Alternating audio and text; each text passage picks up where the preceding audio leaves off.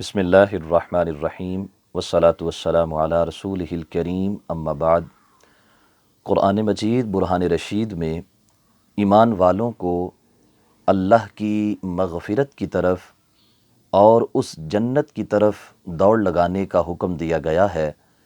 جس کا پھیلاؤ، جس کی وسعت اور چوڑائی زمین و آسماں کے برابر ہے۔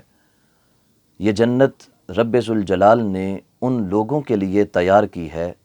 جن میں 5 اوصاف پائے جائیں، جنہیں رب ذوالجلال نے سورہ آل عمران کی 2 مسلسل آیات میں 134 اور 135 میں بیان فرمایا۔ جن میں یہ اوصاف ہوں گے وہ جنت کے مہمان بنیں گے، اور جن میں یہ اوصاف اور یہ خوبیاں نہیں ہوں گی ان کے لیے جنت کا راستہ بند کر دیا جائے گا۔ رب ذوالجلال کا فرمان ہے، الذین ينفقون فی السراء والضراء والکاظمین الغیظ والعافین عن الناس واللہ یحب المحسنین والذین اذا فعلوا فاحشۃ او ظلموا انفسہم ذکروا اللہ فاستغفروا لذنوبہم۔ خالق کائنات جل جلالہ نے ان دونوں آیات میں اہل جنت کے 5 اوصاف کا ذکر فرمایا ہے، جن میں سب سے پہلا وصف خوشحالی اور تنگ دستی دونوں حالتوں میں اللہ کی راہ میں خرچ کرنا ہے، یعنی وہ ایمان والے کہ جو ہر حالت میں اپنی بساط کے مطابق، اپنی استطاعت اور توفیق کے مطابق اللہ کی راہ میں خرچ کرنے والے ہیں، خالق کائنات جل جلالہ ان کے لیے جنت کی مہمان نوازی تیار فرما چکا ہے۔ وہ غربت کی حالت میں بھی اللہ کی راہ میں خرچ کرتے ہیں، امارت کی حالت میں مال و دولت کا نشہ انہیں حقداروں کا حق ادا کرنے سے نہیں روکتا، ضرورت مندوں کی ضرورت پورا کرنے سے نہیں روکتا، بلکہ وہ اپنی استطاعت کے مطابق اللہ کی راہ میں خرچ کرتے ہیں۔ وہ تندرست ہوں پھر بھی خرچ کرتے ہیں، بیمار پڑ جائیں پھر بھی خرچ کرتے ہیں، حالت سفر میں ہوں یا اپنے گھر میں مقیم ہوں، وہ رب ذوالجلال کی رضا کے لیے اپنے مال کو خرچ کرنے والے ہیں۔ اور رب ذوالجلال بھی اپنے بندوں کے اس انداز کی قدر فرماتا ہے، اسی لیے اپنی گفتگو کا آغاز ہی یہاں سے فرمایا، الذین ینفقون فی السراء والضراء۔ میرے وہ بندے جن کے لیے میں نے جنت تیار کی ہے، ان کا پہلا وصف یہ ہے کہ وہ تنگ دستی اور خوشحالی ہر دونوں حالتوں میں اپنے مال کو میری راہ میں خرچ کرنے والے ہیں۔ دوسرے نمبر پہ ارشاد فرمایا، والکاظمین الغیظ، جو اپنے غصے کو دبانے والے ہیں۔ غصہ ایک فطرتی کیفیت کا نام ہے۔ رب ذوالجلال نے یہاں یہ نہیں فرمایا کہ ان کو غصہ نہیں آتا، بلکہ فرمایا کہ وہ اپنے غصے کو دباتے ہیں، کیونکہ بعض معاملات ایسے ہوتے ہیں کہ جن میں غصے کا آنا وہ مذموم نہیں بلکہ محمود ہوتا ہے، جیسے کوئی شریعت سے بغاوت کر رہا ہو، جو قرآن و سنت کے حکم کو توڑ رہا ہو، تو اگر بندہ مومن کو اللہ کے حکم کی نافرمانی کو دیکھ کر بھی غصہ نہ آئے تو یہ اس کے ایمان کی کمزوری کی علامت ہوگا۔ ہاں، اپنی طبع کے خلاف کسی عمل کو دیکھنا، اپنی طبیعت کے خلاف کسی بات کو سننا، اپنے مزاج کے خلاف کسی عمل کو دیکھ کر جو کیفیت طاری ہوتی ہے اسے غصہ کہتے ہیں، اور اس غصے کو دبانا یہ رب ذوالجلال کے ہاں پسندیدہ عمل ہے۔ اس لیے ارشاد فرمایا، والکاظمین الغیظ، وہ جو غصے کو پینے والے ہیں، غصے کو دبانے والے ہیں، رب ذوالجلال نے ان کے لیے بھی جنت کو تیار فرما رکھا ہے۔ تیسرے نمبر پہ خالق کائنات جل جلالہ نے قرآن مجید برہان رشید میں ارشاد فرمایا، والعافین عن الناس، وہ جو لوگوں سے درگزر کرنے والے ہیں، یعنی ان میں انتقام لینے کی طاقت موجود ہے، بدلہ لینے کی حیثیت میں وہ ہیں، لیکن اس کے باوجود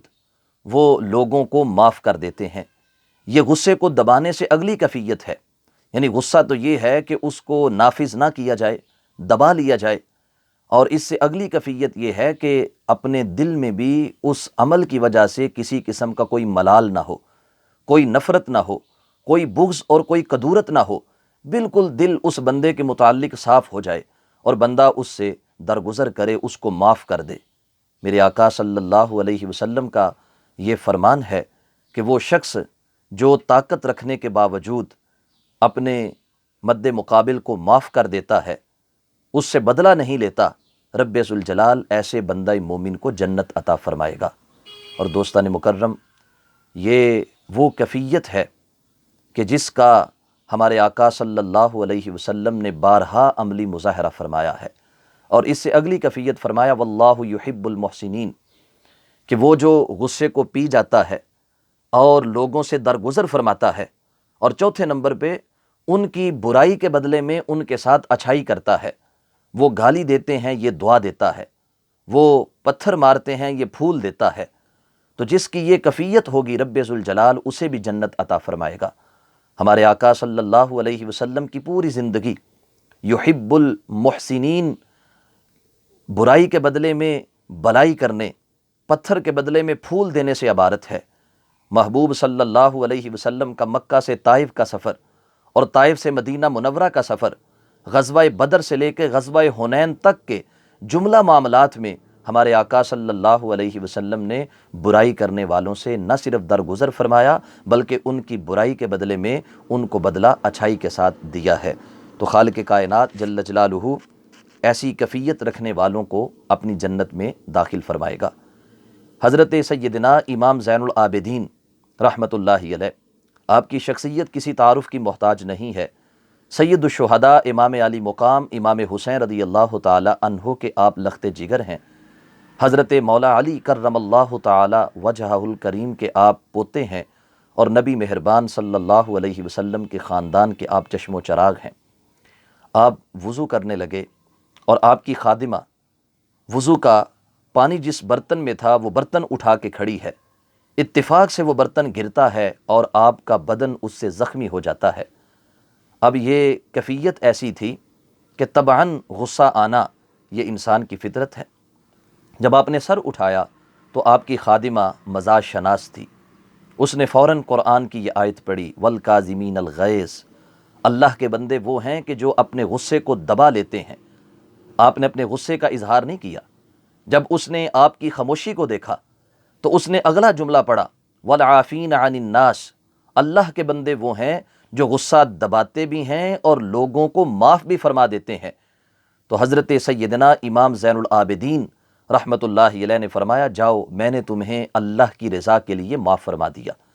پھر اس نے اگلا جملہ پڑھا واللہ یحب المحسنین، اور اللہ احسان کرنے والوں کو، برائی کے بدلے اچھائی کرنے والوں کو، گالی کے بدلے دعا دینے والوں کو، پتھر کے مقابل پھول دینے والوں کو پسند فرماتا ہے۔ تو حضرت امام زین العابدین نے فرمایا میں نے اپنے رب کی رضا کے لیے تمہیں معاف بھی کر دیا، اور تمہیں اپنی غلامی سے میں نے تمہیں سند آزادی بھی عطا کر دی۔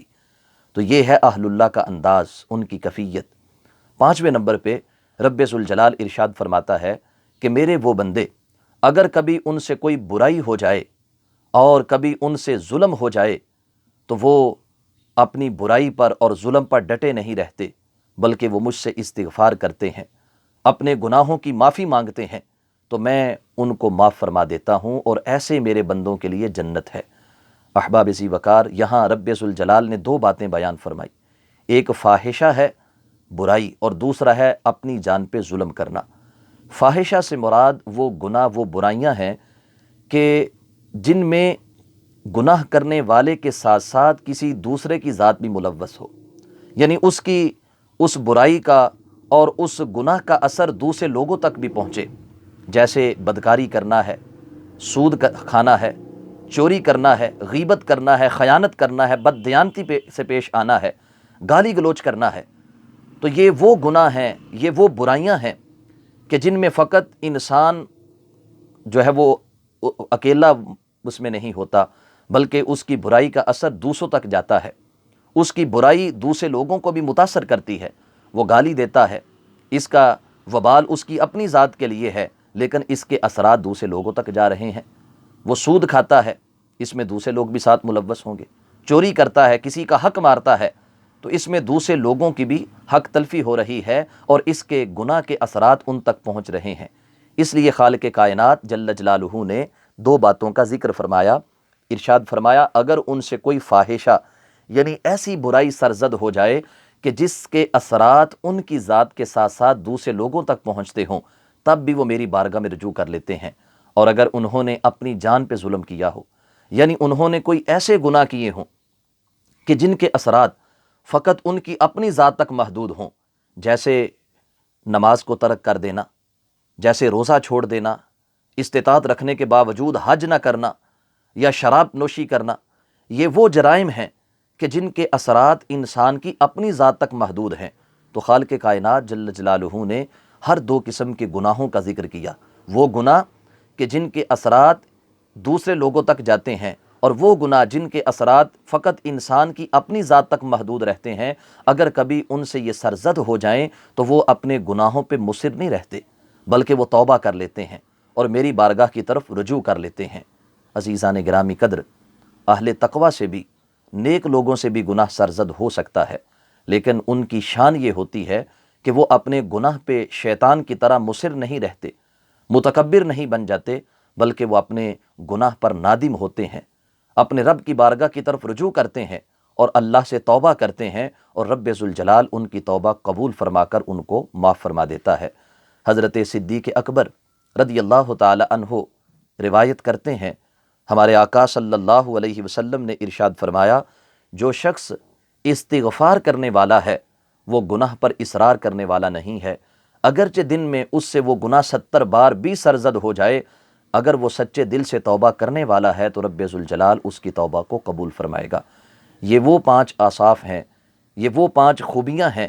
کہ جن کی بنیاد پہ رب ذوالجلال اپنے بندوں کو جنت عطا فرماتا ہے۔ آئیے ان 5 کمالات کو اپنی ذات میں پیدا کرنے کی کوشش کریں، غصے کو دبانے والے بن جائیں، لوگوں کو معاف کرنے کی صلاحیت پیدا کریں، اور لوگوں کے ساتھ برائی کے بدلے میں اچھائی کرنے والے بنیں،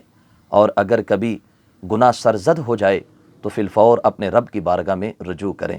ہر حالت میں اپنی طاقت کے مطابق اللہ کی راہ میں خرچ کرنے والے بنیں۔ دعا ہے خالق کائنات جل جلالہ ہمیں اپنے پسندیدہ بندوں جیسا بننے کی توفیق عطا فرمائے۔ وآخر دعوانا ان الحمد للہ رب العالمین۔